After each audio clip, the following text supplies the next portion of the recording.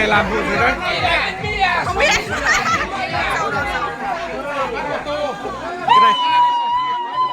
เฮ้ย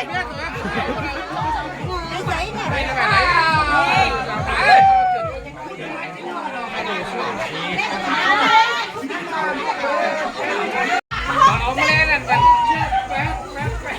ทำเงากันหรอฮะไม่อีกครั้งไหนอีเอาหันมา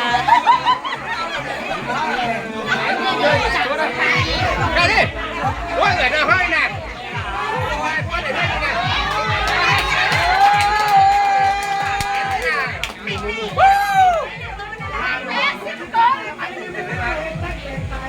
เอาเงินกูก็ได้อะไร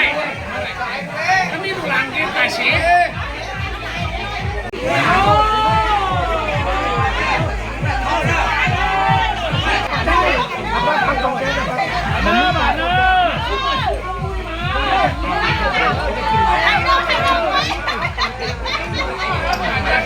หายแล้ว